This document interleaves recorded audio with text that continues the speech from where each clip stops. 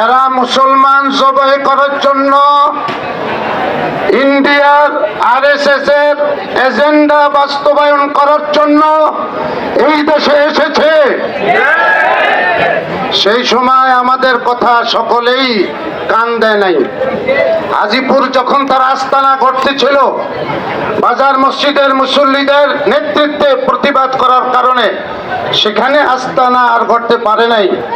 কিন্তু এই দেশের শত্রু, ইসলামের শত্রু, এই দেশের কিছু উলাঙ্গা, তাদের সহযোগিতায় তারা এই হাজীপুর ব্রিজের বাম পাশে তারা আস্তানা তৈরি করেছে এবং নদী, সরকারি নদী দখল করে তারা আস্তানা তৈরি করেছে। এই আস্তানা নরসিংদীতে থাকতে দেওয়া হবে না। এই আস্তানা আমরা 24 ঘন্টার সময় দিলাম প্রশাসনকে। ব্যবস্থা না নিলে, জনগণ যদি সেই ব্যবস্থা নেয়, সেই দায়িত্ব প্রশাসনকে নিতে হবে। আমরা পরিষ্কার জানিয়ে দেই, ওরা হিন্দুদের দুশমন, এরা মুসলমানের দুশমন, এরা আমাদের দেশের স্বাধীনতার দুশমন। আমাদের দেশের, আমাদের প্রিয়, আমাদের পতাকার উপরে গেরুয়া পতাকা তারা উত্তোলন করে, তার দেশের বিরোধিতা করে রাষ্ট্রদ্রোহী অন্যায় করেছে।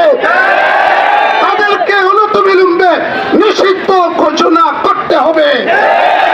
এবং তা সব প্রশাসনকে বলি, তাদের আস্তানাগুলো আপনারা তদন্ত করেন। সেখানে জঙ্গি প্রশিক্ষণ দেওয়া হচ্ছে, সেখানে অস্ত্র রাখা আছে, মুসলমান জবাই করার জন্য প্রশিক্ষণ দেওয়া হচ্ছে।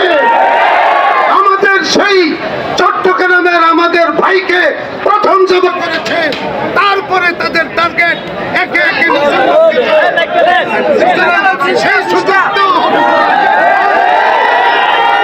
সুযোগ দেওয়া হবে না। আমরা রাজপথে নেমেছি, আমরা দাবি আদায় না করে ঘরে ফিরে যাব না। আজকের কর্মসূচি শেষ নয়, আজকের কর্মসূচি শুরু। যতদিন পর্যন্ত এরা নিষিদ্ধ ঘোষিত না হবে, আস্তানা না ঘুরিয়ে দেওয়া হবে, আমরা ঘরে ফিরে যাব না। রাজি আছি? 24 ঘন্টা মানে